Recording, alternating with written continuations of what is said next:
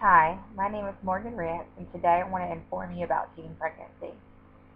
The reason I chose teen pregnancy is because it personally affects me and people I'm very close with.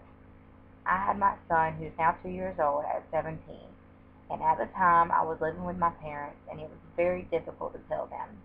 My dad, which I thought would be the hardest person to tell, actually took it pretty well. My mom, on the other hand, who I thought would take it awesomely, flipped out. So it was very hard for me at the time.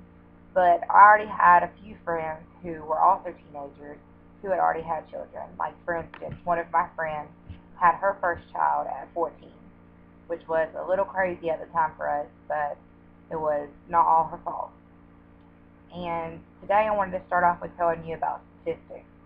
Starting off, 85% of teen pregnancies are unplanned. And then you have 40% of those teenagers who either drop out of high school or rarely go on to college. And also, you have 45% that go on welfare within the first year of their having their child. Well, and also the biggest problem with teen pregnancy is the fact that a teenager's body hasn't had all the time to develop yet because they're still growing and maturing, and so that's stress on your body, and that's also stress on the baby. And then some teenagers don't expect themselves to get pregnant, so they continue to smoke, drink alcohol, do drugs, any of that kind of thing. And that could definitely affect the baby. Things like that can also make the baby have low birth rate, low iron, and sometimes it can cause death. It also makes it more likely for the premature babies to have SIDS, which is sudden infant death syndrome. And a few of my friends have had to or have that happen to them. And it's very devastating.